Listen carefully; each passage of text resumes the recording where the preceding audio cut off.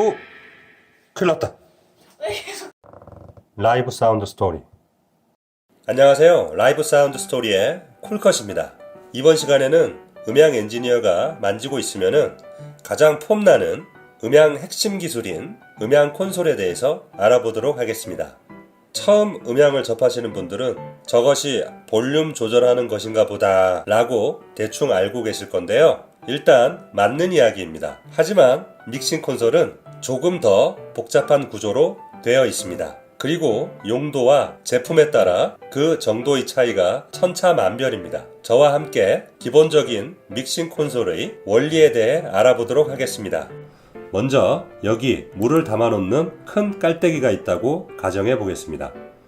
여기 담겨있는 물로 내가 좋아하는 단맛을 내는 물을 만들어 보겠다고 해보겠습니다. 일단 파이프를 통해 깔때기에 있는 물을 흘려 보내줍니다. 여기 흐르고 있는 물의 양은 일단 깔때기가 조절해 줍니다. 그리고 여러가지 첨가물을 투여하고 조절하여 내가 원하는 최적의 단맛의 물을 만들어냅니다. 이렇게 만든 단물을 좌우 두 개의 물줄기로 나누어 보내주게 되는데요. 이것을 담당하는 기구가 있게 됩니다. 이 기구를 통해 좌우로 적절하게 원하는 만큼 두 개의 파이프를 통해 원하는 곳에 보내게 됩니다. 이때 원하는 곳에 보내는 양을 조절하는 위아래로 열고 닫는 수문이 있게 되는데요. 나중에 말하겠지만 이것이 믹싱 콘솔에서 위아래로 올리고 내려서 볼륨을 조절하는 페이더의 역할을 하게 됩니다. 그리고 단맛을 공급하고 있는 이 파이프에 밸브 하나를 설치합니다. 이 밸브가 좌우로 돌려서 볼륨을 조절하는 믹싱 콘솔에서 억스 노브의 역할을 하게 됩니다.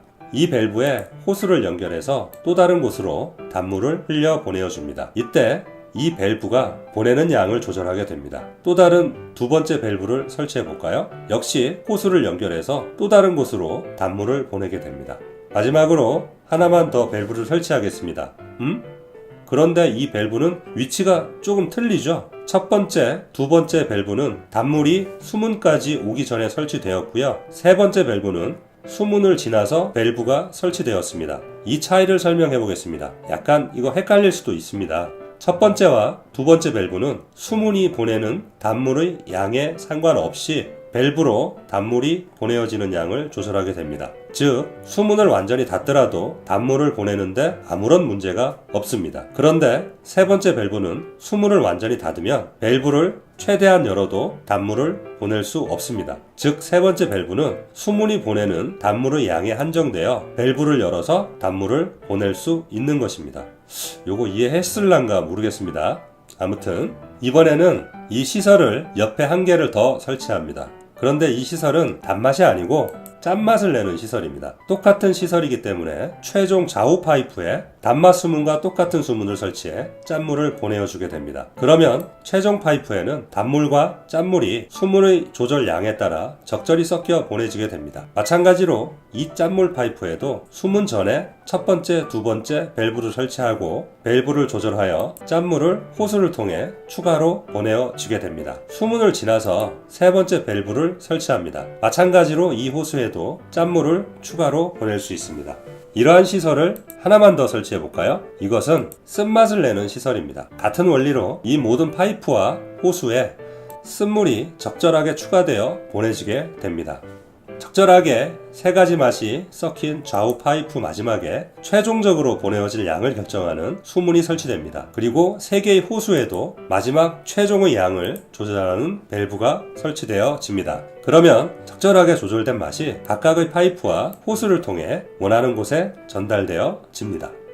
예상하셨겠지만 단맛, 짠맛, 쓴맛 이런 각각의 물들은 믹싱 콘솔에 입력되는 각각의 소스들, 예를 들어 1번 마이크, 2번 어쿠스틱 기타, 3번 피아노 이런 음성 소스들을 말하는 겁니다. 그럼 실제의 믹서기와 앞에 말했던 시설을 비교해 가면서 다시 설명을 해보겠습니다. 먼저 깔때기에 공급되는 물은 믹싱 콘솔에 꼽히는 마이크나 기타라고 생각하시면 되고요. 물을 깔때기에 붓는다는 것은 믹싱 콘솔 제일 위에 보면 입력이라는 잭 꽂는 데가 있습니다. 거기에 마이크 잭이나 기타 잭을 꽂는다고 생각하시면 됩니다. 예를 들어 1번 채널은 마이크, 2번 채널엔 기타, 3번 채널엔 피아노 이렇게 말이죠. 그리고 깔때기는 최초로 보내는 물의 양을 조절하는 역할을 하게 되는데 이 조절을 게인이라는 노브가 하게 됩니다. 노브는 조금 전에 설명드렸듯이 좌우로 돌려서 볼륨을 조절하는 단추 같은 것을 칭하는 것입니다. 다음 각종 첨가물과 조절을 하는 곳을 음색을 조절하는 EQ,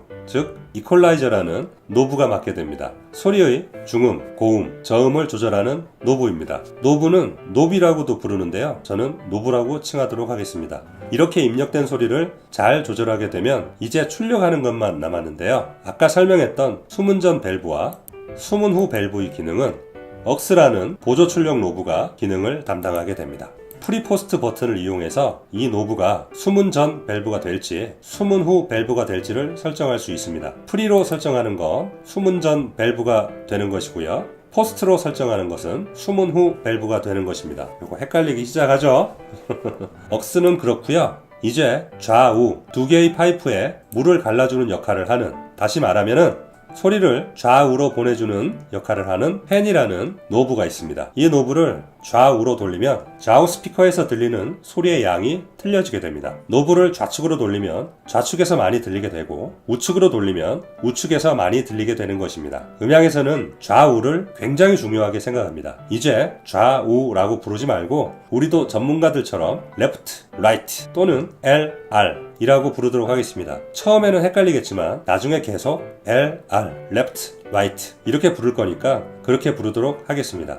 그리고 수문은 믹싱 콘솔에서 가장 민감하게 조절해야 할 각 채널의 소리, 즉 볼륨을 담당하는 페이더를 말하는 겁니다. 이제 각 채널에 입력된 소리가 출력되는 경로를 설명해 보겠습니다. 파이프와 호수처럼 말이죠. 먼저 페이더로 볼륨을 조절한 소리는 제일 오른쪽에 보통 위치하는 메인 페이더로 보내어집니다. 그리고 최종적으로 메인 페이더로 전체 소리의 크기를 조절하게 됩니다. 조절된 소리는 메인 아웃이라는 포트로 출력되게 됩니다. 그리고 억스 노브로 조절된 소리는 억스 샌드라는 노브로 최종적으로 볼륨을 조절해서 억스 아웃으로 소리가 출력되게 됩니다. 이제 많이 헷갈리시죠? 가능하면 몇 번 반복해서 들어서 이 부분까지는 익숙해지셔야 나중에 설명하는 기본 음향 강의도 쉽게 이해하실 수 있을 거라 생각됩니다.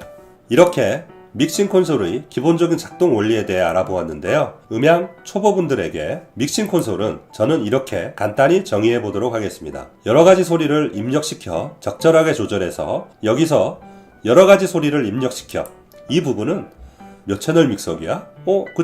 그 믹서기 몇 채널짜리야? 이런 부분하고 연관이 있겠고요. 적절하게 조절해서 이 부분은 그 믹서기 EQ 성능은 어때? 에코나 리벌브 기능 있어? 이거하고 연관이 있습니다. 출력시키는 것은 그 믹서기 출력은 몇 채널이야? 아웃풋이 몇 개야? 라는 거하고 연관이 있겠네요. 믹서기는 용도에 따라 인풋 채널과 아웃풋 채널의 개수가 많이 틀려집니다. 물론 아날로그에서 디지털로 넘어오면 이런 경계가 많이 사라집니다. 여기까지 하시고 아날로그와 디지털 콘솔은 여러가지 차이가 있는데 그 중에 입 출력 방식의 차이를 설명해 보겠습니다. 아날로그 콘솔은 여러가지 아날로그 신호를 입력해서 적절하게 조절하고 하나의 소리로 출력하는 것이고요.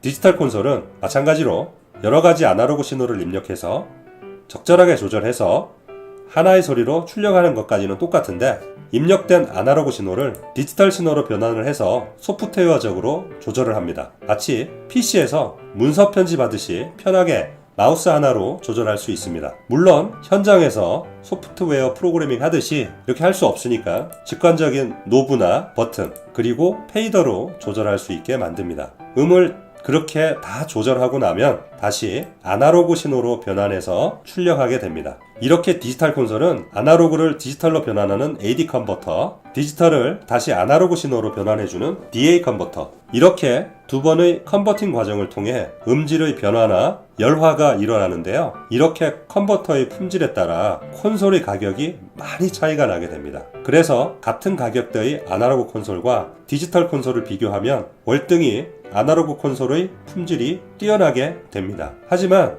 디지털 콘솔의 여러가지 기능들과 편리함은 그런 품질과 음질의 차이를 덮고도 남는다고 저는 생각합니다. 여러 유저들이 디지털 콘솔을 선택을 하는 이유가 되겠죠. 아날로그 콘솔과 디지털 콘솔 몇 가지를 입력, 조절, 출력 이 세 부분을 기본으로 해서 설명해 보도록 하겠습니다. 먼저 설명에 사용될 아날로그 콘솔은 야마하 MG16XU 사운드크래프트 EPM12, 베링거 유로데스크 242FX입니다. 야마하 콘솔의 입력부는 이곳이고요.